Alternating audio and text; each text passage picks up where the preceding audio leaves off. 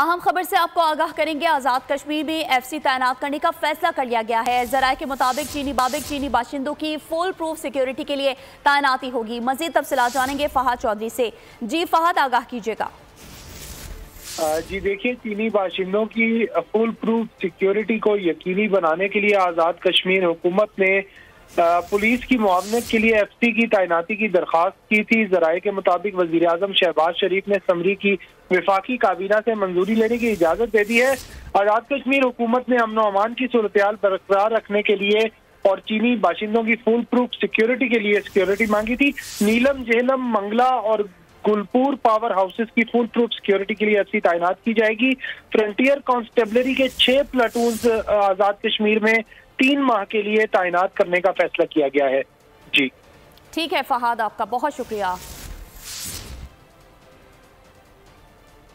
तो आपको बताते चले कि आज़ाद कश्मीर में एफसी तैनात करने का फैसला कर लिया गया है। चीनी बाशिंदों की फुल प्रूफ सिक्योरिटी के लिए तैनाती होगी। वजीर आज़म ने समरी की काबीना से मंजूरी लेने की इजाजत दे दी है।